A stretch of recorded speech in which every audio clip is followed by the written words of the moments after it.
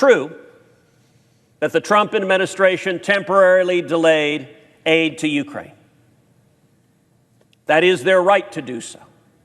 Presidents have delayed foreign aid before. The Trump administration has done so with regard to a number of countries. The Obama administration did so before that. Previous administrations have done so.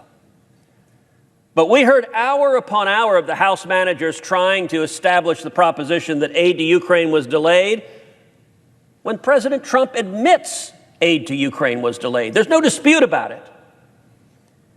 And we heard testimony about how Ukrainians died because aid was delayed. Here's the irony, Madam President.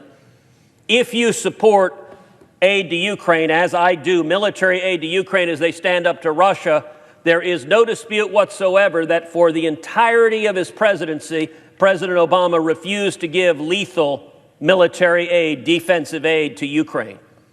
Despite the fact that I and many other members of this body called on President Obama to give aid to Ukraine. Madam President, I remember when we all went to the floor of the House of Representatives to hear a speech to a joint session of Congress from President Poroshenko, then the president of Ukraine, where the president of Ukraine called out the Obama administration because they were sending blankets and MREs, meals.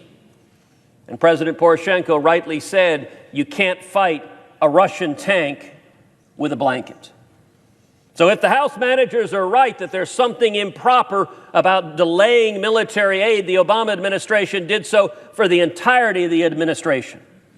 And what did President Trump do? He did something Obama never did. He provided lethal, defensive military aid, Javelin missiles that can take out Russian tanks.